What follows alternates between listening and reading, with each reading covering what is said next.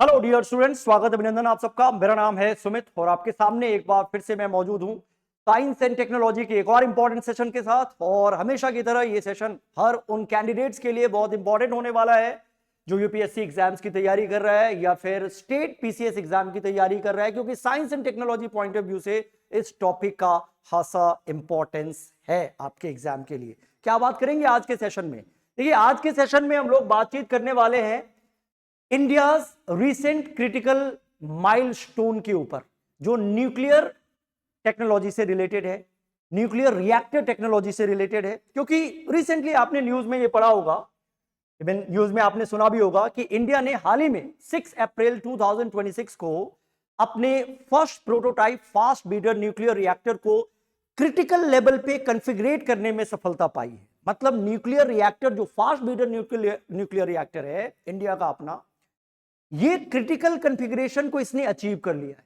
क्या मतलब हुआ इसका? देखो, इस चीज को समझने के लिए, आज के पूरे टॉपिक को समझने के लिए मैं 2-3 पॉइंट के जरिए इस पूरे टॉपिक को डिकोड करने का प्रयास करूंगा, ठीक है?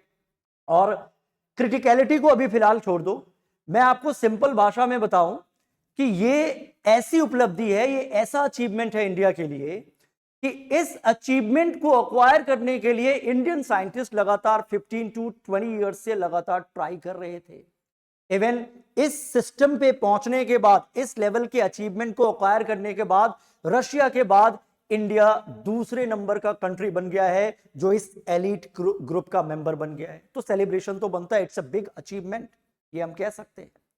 बट इसका कॉन्टेक्स्ट क्या है, कैसे इसको समझा जाए, इसको डिकोड कैसे करें? तो इस पूरे टॉपिक को समझने के लिए मैं 3 पॉइंट्स के जरिए इस पूरे टॉपिक को आपको समझा दूंगा, ठीक है? सबसे पहली चीज, न्यूक्लियर रिएक्टर क्या होता है, fundamental concept of nuclear reactor आपको पता होना चाहिए। दूसरी बात, सोर्सेज ऑफ न्यूक्लियर एनर्जी क्या होता है, कौन कौन से मटेरियल ऐसे हैं जो न्यूक्लियर मटेरियल के तौर पर जाना जाता है, क्योंकि हर मटेरियल न्यूक्लियर मटेरियल नहीं होता है। इसके साथ साथ इंडिया के 3 स्टेज न्यूक्लियर पावर प्रोग्राम का क्या मतलब है, ये कौन सा स्टेज अभी हमने एक्वायर किया है, कौन सा स्टेज अभी चल रहा है, आगे कौन सा स्टेज आएगा, और क्यों ये 3 स्टेज प्रोग्राम जो है इंडिया ने फॉर्मुलेट किया है, इसका मकसद क्या है, इन सब के ऊपर हम बातचीत करेंगे। पहली चीज तो ये कि न्यूक्लियर रिएक्टर का क्या मतलब होता है। देखो, न्यूक्लियर रिएक्टर अगर मैं सिंपल लैंग्वेज में बोलूं तो ये न्यूक्लियर टेक्नोलॉजी का इंपॉर्टेंट कंपोनेंट है। ये एक ऐसा सिस्टम है न्यूक्लियर टेक्नोलॉजी में जिसके बिना न्यूक्लियर इलेक्ट्रिसिटी प्रोड्यूस नहीं हो सकता है। सीधा सीधा आप ये समझो, क्योंकि न्यूक्लियर रिएक्टर ही वो कोर कंपोनेंट है न्यूक्लियर टेक्नोलॉजी में, न्यूक्लियर एनर्जी के टेक्नोलॉजी में, जहां पर एक्चुअली में न्यूक्लियर मटेरियल को फीज्ड आउट किया जाता है, चेन रिएक्शन को कैरी किया जाता है। और जब चेन रिएक्शन न्यूक्लियर रिएक्टर में कैरीड आउट होता है या न्यूक्लियर मटेरियल वहां पे टूटता है, तो ह्यूज अमाउंट में एनर्जी निकलती है और उस एनर्जी को चैनलाइज करके न्यूक्लियर इलेक्ट्रिसिटी में कन्वर्ट किया जाता है, बिजली बनाया जाता है।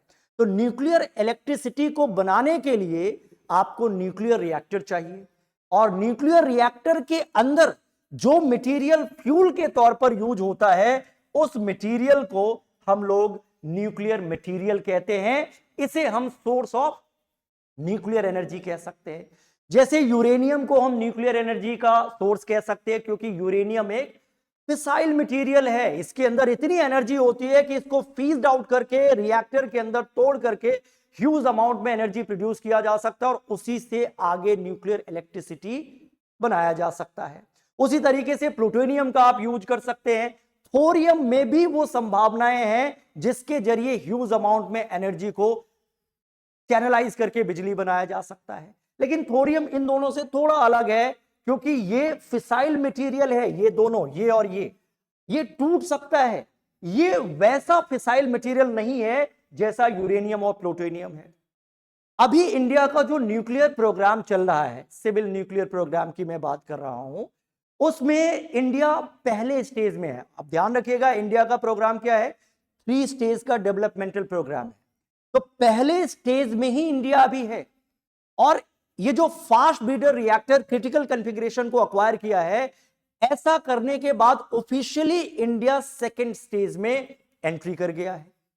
और जब सेकेंड स्टेज सक्सेसफुली एग्जीक्यूट होएगा तो इंडिया थर्ड स्टेज में जाएगा। और थर्ड स्टेज एक तरीके से ऐसा स्टेज होएगा जिसमें ह्यूज थोरियम बेस्ड रिसोर्सेज को यूज करके बहुत बड़े पैमाने पर इलेक्ट्रिसिटी प्रोड्यूस किया जाएगा और लगातार 400 साल 500 साल तक इलेक्ट्रिसिटी प्रोड्यूस किया जाएगा।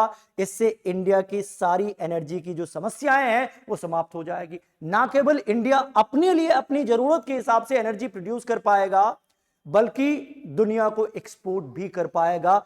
इतनी पॉसिबिलिटीज ये थर्ड स्टेज न्यूक्लियर प्रोग्राम के अंदर है।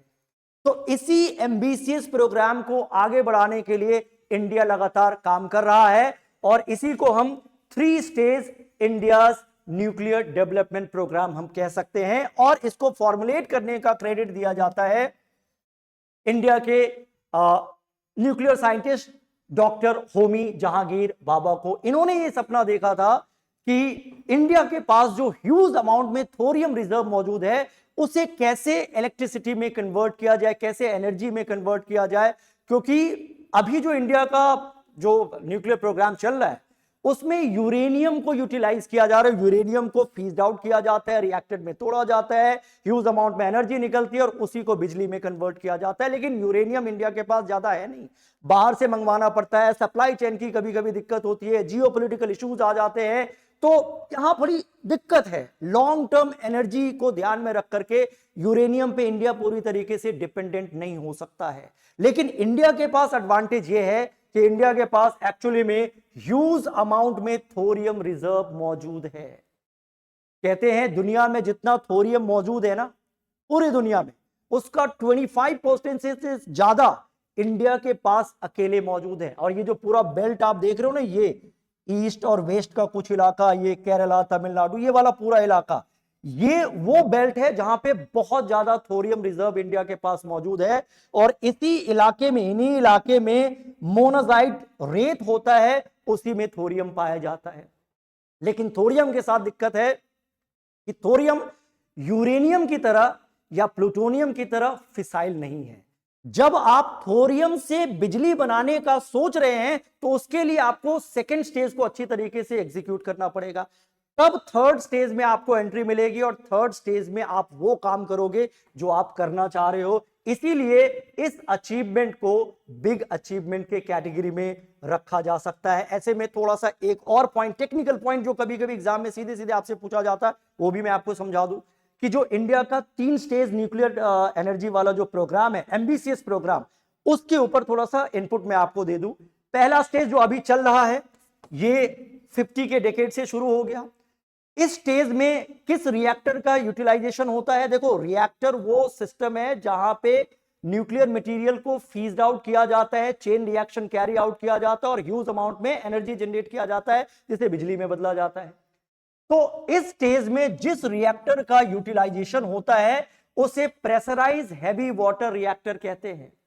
और इस रिएक्टर में जो फ्यूल के तौर पर न्यूक्लियर मटेरियल यूज होता है उसे हम नेचुरल यूरेनियम कहते हैं। यूरेनियम अमाउंट में एनर्जी निकलती है, लेकिन यूरेनियम के साथ दिक्कत है, आपको भी पता है इंडिया के पास ज्यादा यूरेनियम है नहीं और फ्यूचर को ध्यान में रखकर आप यूरेनियम पे पूरी तरीके से डिपेंडेंट नहीं रह सकते हैं।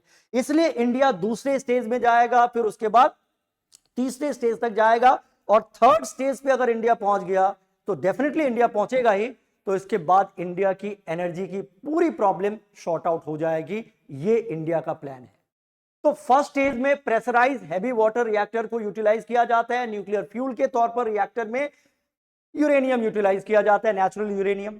और इसी फर्स्ट स्टेज में जो स्पेंट फ्यूल होता है, यूज हो गया फ्यूल होता है, उसी से प्लूटोनियम का निर्माण होता है। यानी पहले स्टेज में स्पेंट फ्यूल से प्लूटोनियम बनता है और उस प्लूटोनियम को आगे सेकेंड स्टेज में यूटिलाइज करने का प्लान है इंडिया को। और इस स्टेज को आगे बढ़ाने के लिए जो रिएक्टर चाहिए वो PHWR नहीं चाहिए, प्रेशराइज हैवी वाटर रिएक्टर नहीं चाहिए। इस स्टेज को आगे बढ़ाने के लिए ही FBR यानी फास्ट ब्रीडर रिएक्टर की जरूरत है। और फास्ट ब्रीडर रिएक्टर को ऑपरेशनल होने के लिए जरूरी है कि वो क्रिटिकल कॉन्फ़िगरेशन को प्राप्त कर ले, जो कि 6 अप्रैल को इसने प्राप्त कर लिया। और क्रिटिकलिटी न्यूक्लियर टेक्नोलॉजी में उस कॉन्टेक्स्ट को बोला जाता है जब कोई न्यूक्लियर रिएक्टर क्रिटिकल लेवल का कॉन्फ़िगरेशन अक्वायर कर लेता है, तो दैट मींस उस रिएक्टर के अंदर सेल्फ एक चेन रिएक्शन सस्टेन हो जाता है, वो लंबे समय तक चलने लगता है। मतलब किसी एक्सटर्नल पुश की जरूरत नहीं है। अब इस फास्ट ब्रीडर रिएक्टर में self sustain chain reaction start हो गया है और ये चलता रहेगा। ये बहुत क्रिटिकल अचीवमेंट माना जाएगा। Fast breeder reactor second stage के लिए बहुत इंपॉर्टेंट है, इसीलिए ऑफिशियली कहा जा रहा है कि इंडिया ने इस कॉन्फ़िगरेशन को अक्वायर करके एक तरीके से सेकेंड स्टेज में ऑफिशियल एंट्री कर दिया है। ठीक है। और फास्ट ब्रीडर रिएक्टर की खासियत क्या होती है? कहते हैं फास्ट ब्रीडर रिएक्टर जो है ये बेसिकली ऐसा स्पेसिफाइड रिएक्टर है कि इसमें जिस फ्यूल को यूटिलाइज किया जाता है एनर्जी के लिए ना, जितना फ्यूल इसमें कंज्यूम होता है फास्ट ब्रीडर रिएक्टर में, उससे ज्यादा फ्यूल प्रोड्यूस होता है। और जो थर्ड स्टेज 3 स्टेज प्रोग्राम की मैं आपको अभी बात बता रहा था, उसमें आप देखो सेकेंड स्टेज में क्या है, ये एफबीआर एक डेवलपमेंट हुआ है एफबीआर में। इस एफबीआर में जो फर्स्ट स्टेज में ये प्लूटोनियम बना था ना, इसको फ्यूल के रूप में यूज किया जाएगा। पहले स्टेज में प्रेशराइज हैवी वाटर रिएक्टर में क्या यूज किया जा रहा है? यूरेनियम। दूसरे स्टेज में फास्ट ब्रीडर रिएक्टर में क्या यूज किया जाएगा? प्लूटोनियम। और क्या है इसकी खासियत? जितना प्लूटोनियम ये कंज्यूम करेगा उससे ज्यादा प्लूटोनियम बनाएगा। और साथ ही साथ इसी सेकेंड स्टेज के अंदर यहां देखो क्या लिखा है, इसी सेकेंड स्टेज के अंदर जो थोरियम होता है, उस थोरियम से यूरेनियम 233 आइसोटोप्स को बनाया जाएगा। और यूरेनियम 233 जो यहां बन रहा है, अब वो थर्ड स्टेज के रिएक्टर में यूटिलाइज होगा और उससे ऊर्जा उत्पन्न किया जाएगा, मतलब ऊर्जा से बिजली बनाया जाएगा। तो पहले स्टेज में जो चीज बनी उसको सेकेंड स्टेज में फ्यूल के रूप में यूज किया गया। दूसरे स्टेज में जो चीज बनेगा उसका इस्तेमाल थर्ड स्टेज में किया जाएगा। तो अभी हम इसी की बात कर रहे हैं। थर्ड स्टेज में पहुंचने के दौरान, इवन थर्ड स्टेज में यूरेनियम 233 से बिजली बनाने के लिए आपको thorium based specified nuclear reactor की आवश्यकता होगी। और ये यहां तक आप तभी पहुंचेंगे जब सेकेंड स्टेज सक्सेसफुली आप एग्जीक्यूट कर लेंगे। तो आप कह सकते हैं ना कि इंडियन पॉइंट ऑफ व्यू से तो ये बिग अचीवमेंट है, क्योंकि ऐसा करने के बाद हमारा जो लॉन्ग टर्म एनर्जी गोल है उसको अचीव करने में हमें बहुत मदद मिलेगी। क्या है इंडिया का फ्यूचर प्लान? देखो, अभी जो एक्टिव कैपेसिटी है, nuclear energy active capacity, nuclear electricity production capacity, अगर 2026 के अर्ली डेटा के हिसाब से मैं बोलूं तो बहुत ज्यादा नहीं बनाता इंडिया न्यूक्लियर एनर्जी, मतलब न्यूक्लियर इलेक्ट्रिसिटी 8.78 गीगावाट के आसपास कैपेसिटी है। इसको कहां तक पहुंचाना है? कैपेसिटी गोल क्या है? 100 गीगावाट बाई 2047 तक पहुंचाना है।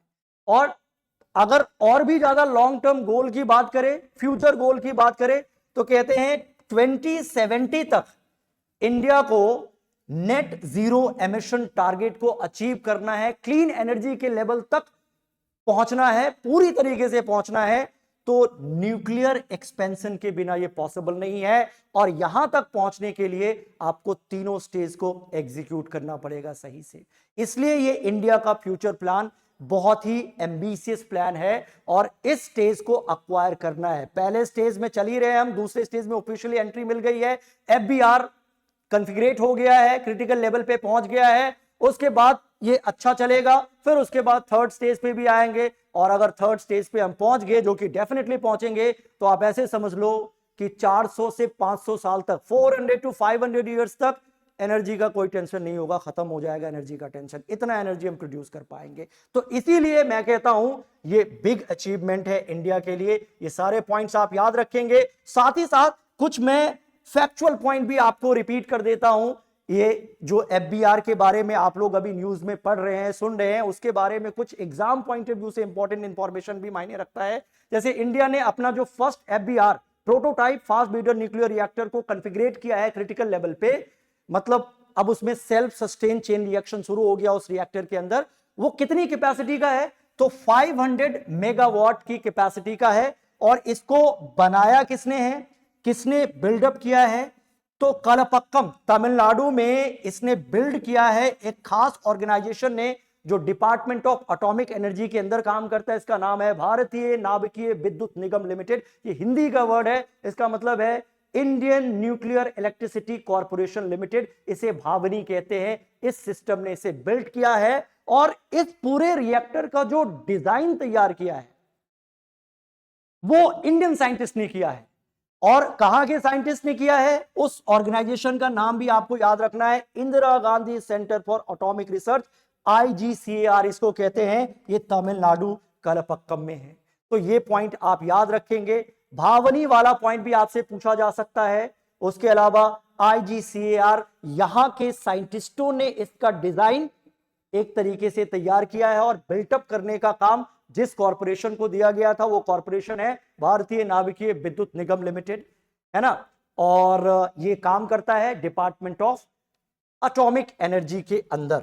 और ऐसा करके इंडिया एक तरीके से एलीट क्लब में शामिल हो गया है। तो ये पॉइंट आप जरूर ध्यान रखेंगे। और साथ ही साथ इससे रिलेटेड और भी अगर कोई डेवलपमेंट आगे कुछ होगा तो मैं उसके बारे में भी आपको बताऊंगा। फिलहाल के लिए मैं कहूंगा इतना ही। मिलते हैं आपसे अगली क्लास में। Okay, bye bye. तब तक पढ़ते रहिए। All the best.